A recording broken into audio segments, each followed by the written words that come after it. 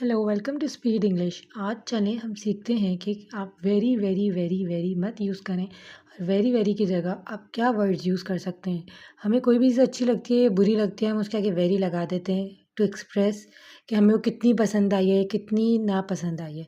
तो चलिए शुरू करते हैं कि आप क्या बोल सकते हैं। वेरी टेस्टी को आप बोल सकते हैं डिलीशियस, वेरी टायर्ड को आप बोल सकते हैं एग्जॉस्टेड, वेरी वैल्यूएबल को आप बोल सकते हैं precious, very neat immaculate, very risky, perilous, very afraid, fearful, very creative को आप कह सकते हैं innovative, very evil इसको आप कह सकते हैं wicked, very good, very good को कह सकते हैं excellent, very light, luminous, very nice, kind, very rich, wealthy, very roomy, spacious, very roomy मतलब यानी जो बड़ी चीज़ें हैं इसका आप कह सकते हैं स्पेशियस।